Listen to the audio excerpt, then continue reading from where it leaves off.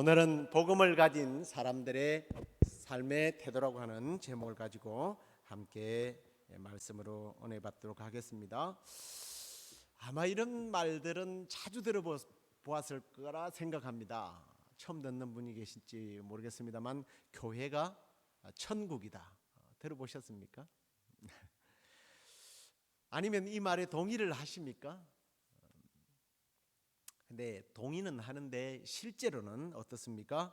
교회가 천국이라고 말하기엔 너무 부족하고 여러 가지 모순과 또 다툼들이 일어나는 경우를 많이 만나게 됩니다. 천국에 무슨 분쟁이 있고 다툼이 있고 그러겠습니까? 그래서 이제 사람들은 초대교회로 돌아가십시다. 초대교회로 돌아가십시다 하고 외치기도 합니다. 초대교회의 그 열정과 순수함 그리고 성령의 충만한 그런 교회가 되기를 소망하면서 초대교회로 돌아가십시다 하고 외치죠. 그런데 자세히 성경을 들여다보면 또 교회의 역사를 보면 초대교회에도 문제가 많았어요. 아나니아와 삽비라 사건도 있었죠. 또 고린도 교회처럼 세상 사람들보다 더 못한 일들을 범하기도 했고요. 이단들이 또 많았고요. 심지어는 이 사도들 간에도 다툼들이 있었던 그런 문제들이 성경을 보면 등장합니다. 교회의 문제는 2000년 지금 지났습니다만 이 지상교회의 그 어떤 여러 가지 문제들이 이 천상교회는 완벽하지만 계속 일어나죠. 그래서 조직신학에서는 이 지상교회를 뭐라고 부르느냐면 전투적인 교회다라고 이렇게 부르기도 합니다. 악과 싸운다는 의미도 있겠지만 불완전한 상태라는 거죠. 계속 싸워 나가야 한다는 그런 말입니다. 이 천성교회는 완벽하나 지상교회는 완벽하지 못한 이 뭔가 현실적이지 못한 이 이질적인 요소들을 우리가 극복하기 위해서 노력은 합니다만 쉽지 않습니다. 그러면 대형 교회는 완벽해서 그렇게 부흥하는가? 그것도 아니에요. 실명을 거론해서 좀 죄송합니다만 한국에 잘 알다시피 명성교회나 사랑의 교회나 이런 교회들을 소식을 들어보면 정말 심각할 정도의 문제들이 드러나는 것을 봅니다. 이게 지상교회의 현실이에요. 자, 초대교회 사도들이 만들었습니다. 특별히 로마 교회는 이제 바울이 들어가서 전도를 하고 지어진 그런 교회입니다. 근데 사실은 알고 보면 사도 바울이 로마에 들어가기 전에 이미 핍박으로 인하여 디아스포라 이 흩어진 기독교인들이 많이 있었습니다. 그래서 이제 그 형님 교회에 버린 원조가 되는 예루살렘 교회에서 이 로마의 지도자들을 파송하게 되었죠. 예루살렘 교회는 이 로마로부터서 계속해서 이제 소식을 듣지 않겠습니까? 근데 이 원조 교회에서 파송한 지도자들로부터 흥미로운 소식을 듣게 되는데 그게 뭐냐면 바울이 로마에 죄수로 들어왔다는 거예요. 그런데 시위대가 관할하는 감옥에 갇혀가지고 끝난 줄 알았는데 더 많이 복음이 전파되더라라는 소식을 예루살렘 교회에서 듣게 됩니다. 자, 그러면 예루살렘 교회는 기뻐해야 되나요? 슬퍼해야 되나요? 당연히 기뻐해야 되죠. 그런데 바울에 대한 소식을 듣고 있었던 예루살렘 교회는 배가 아팠어요. 좀 불편했단 말이에요. 이제 이유가 이 바울이라고 하는 사람은 원래는 예수 믿던 사람들을 잡아 죽이는 일에 가담했던 사람 아닙니까? 스데반을 죽이는 데에 공헌을 세운 사람이에요. 그런 사람이 어느 날 갑자기 사람이 바뀌어서 예수님을 만났다고 하면서 복음을 전하기 시작한단 말이에요. 그리고 이 사람은 너무 많이 배웠던 사람이에요. 구약적인 개념이 확실하게 구약의 어떤 방대한 사상과 구약의 말씀들 달달달달 외우고 있는 사람이에요. 예수님의 복음과 이 구약적인 이 율법들이 어떻게 매치되는지 뭐 이런 것들을 아주 논리정연하게 전파하니까 사람들이 좋아한단 말이에요. 그러다가 잡혔다고 그러니까 아유 그냥 잘 됐네라고 생각했는데 저게 심장에 들어가서 이 로마를 막 뒤집어 엎는다는 그런 소문을 듣는단 말이에요.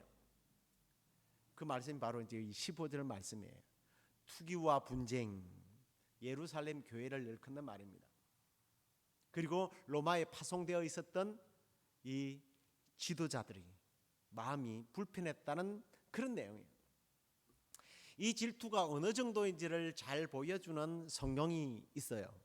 우리 디모데후서 1장에 보면 나오는데요. 1장 16절 한번 보십시오. 원컨대 주께서 오네시보로의 집에 긍휼을 베푸시옵소서.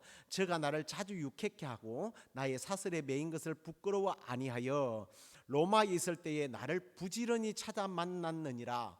여러분 이 번역으로 보면 로마에 있을 때 나를 부지런히 찾았다는 말이 자주 찾아왔다는 말처럼 여러분 지금까지 이해했을 겁니다. 근데 이 공동 번역이나 또 이 현대 번역이나 그리고 영어 번역에는 보면 이게 로마에 와서 나를 찾느라고 굉장히 고생을 했다는 겁니다. 그러다가 만났다는 거예요.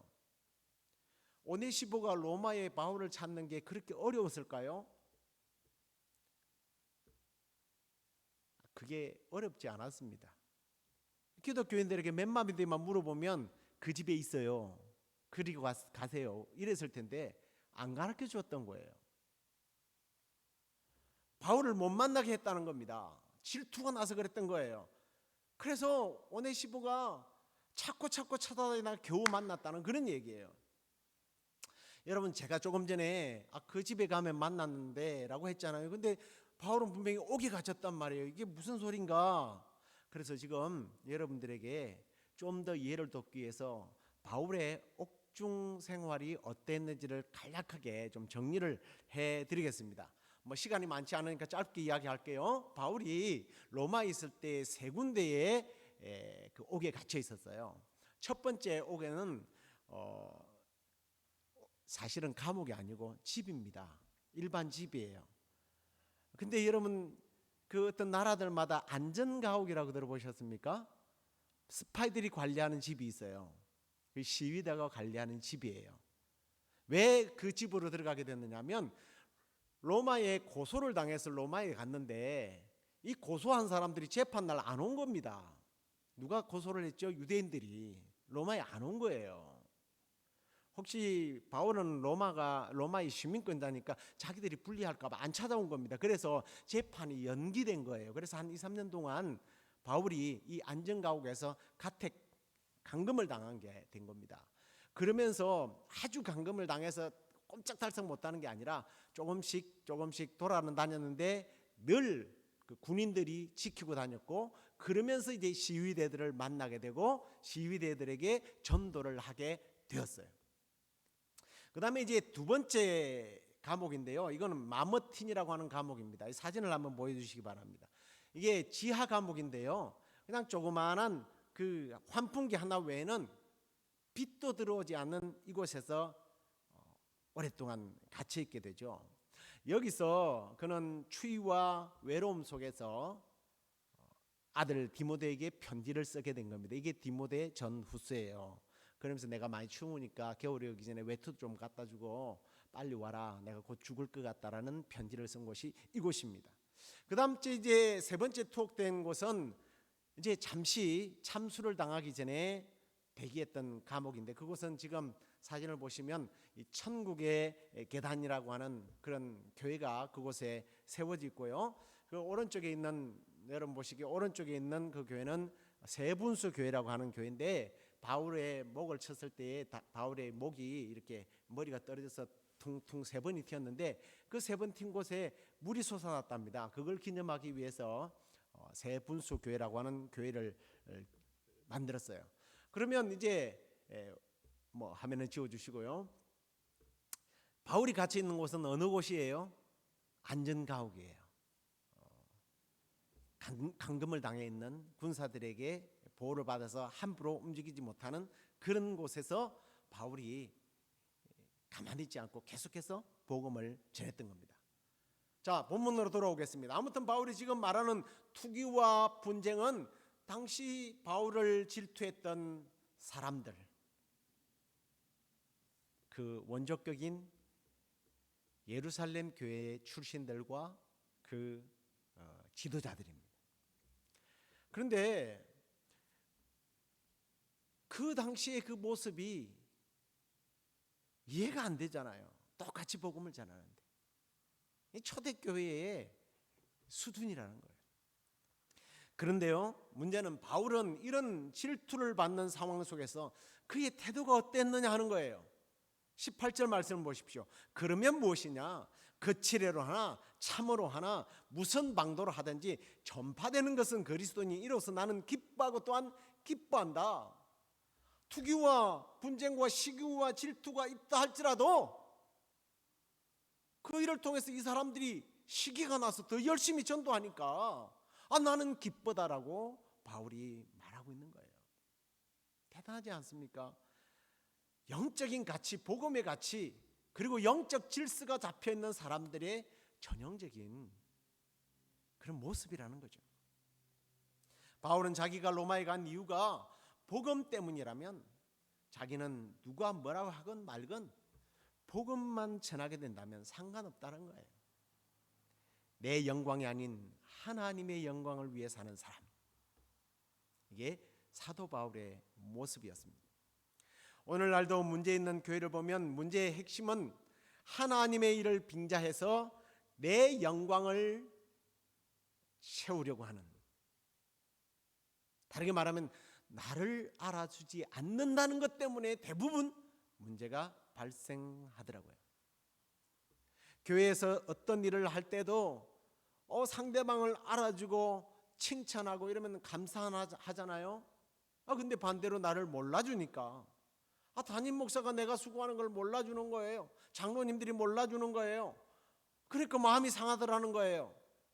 주님이 영광 받으시면 되지 해놔놓고는 자꾸 이 속에서 썬뿌리가 자꾸 깊이 박혀가는 거예요. 여러분, 사람들은요, 이게 보는 게 한계가 있어요. 놓칠 수도 있어요. 알아주지 않을 때가 있어요. 그렇지만 우리가 바울처럼 우리 하나님이 아신다면 그게 우리의 마음이 되어야 할 줄 압니다. 그러면 오늘 우리가 이 관찰되어진 이 사도 바울의 삶을 통해서 우리 자신에게 한 두 가지 정도만 우리가 어떤 삶을 살아야 할지 좀 적용해 보고자 합니다. 첫 번째는 나는 아무것도 아니다, 나는 아무것도 아니다 라는 의식으로 살아야 된다는 거예요. 사실 나는 아무것도 아니다 라고 하는 이건 피해의식 속에서 살라는 말이 아니에요. 감사하면서 살라는 의미입니다. 감사의식을 가지라는 거예요.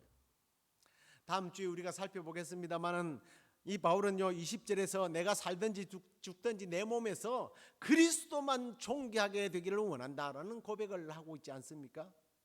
그리고 앞에도 말씀드렸지만 자기는 뭐 어떻게 되든 상관없어요. 복음만 전파되면 된다라는 거예요. 사도 바울이요 고린도에 있는 교인들에게 많은 존경을 받았습니다. 칭찬을 받았어요. 그러면서 15장에 가서 보면 9절에 내가 사도라고 칭함을 받는 것조차도 감당을 할 수가 없다 이러더니 10절에 가서 그는 이런 고백을 하는 것을 봅니다. 그러나 내가 나 된 것은 하나님의 은혜로 된 것이니 내게 주신 그의 은혜가 헛되지 아니하여 내가 모든 사도보다 더 많이 수고하였으나 내가 한 것이 아니요 오직 나와 함께 하신 하나님의 은혜다. 자신이 사도가 된 것은 하나님의 은혜라는 거예요. 나 같은 죄인이 하나님의 은혜로 구원받았다는 사실에 대해서 감사하면서 살아가는 사람들의 고백이라는 겁니다. 이런 마음을 가지는 것은 바울이요 늘 자기 안에 성령이 계셔서 성령의 조명을 받으면서 살았기 때문이에요. 제가 겨울이 되면 이 시애틀에 4시 반이면 깜깜해지는데 할 일이 뭐가 있겠어요. 그래서 가끔씩 이 한치를 잡으러 갑니다. 우리 김 목사님과 함께 좀 자주 가는데요. 근데 이 녀석이 올라오면서요 물을 쫙쫙 쌓아요. 근데 밤에는 그냥 모르니까 그냥 대충 닦고 집에 들어와서 보면 밝은 빛 아래서 보면 어떨 때는 눈썹 여기가 맞아가지고요 눈썹이 이렇게 붙어 있어요. 지난번에 집사람이 배를 잡고 깔깔 웃더라고. 왜 웃냐고 물어봤더니 눈썹이 붙었대요. 먹을 싸가지고.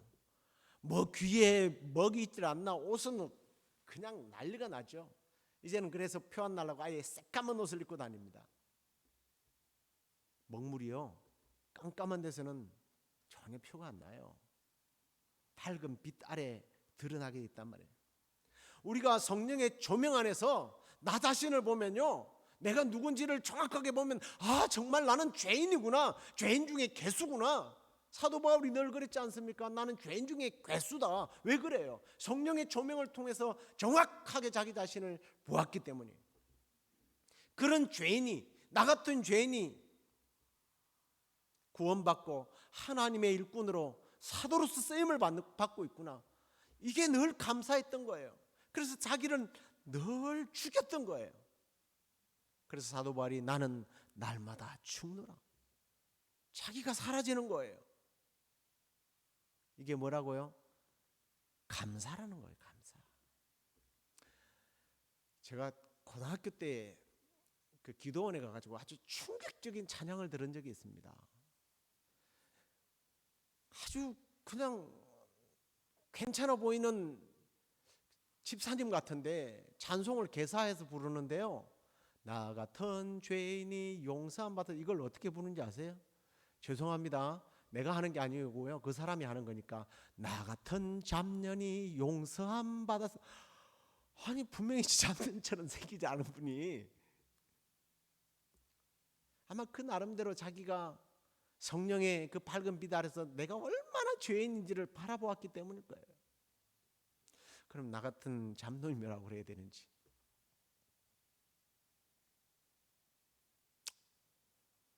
사도 바울은 성령이 자기 안에서 내주하셔서 늘 자기를 비추고 있으니까 나는 아무것도 아니구나.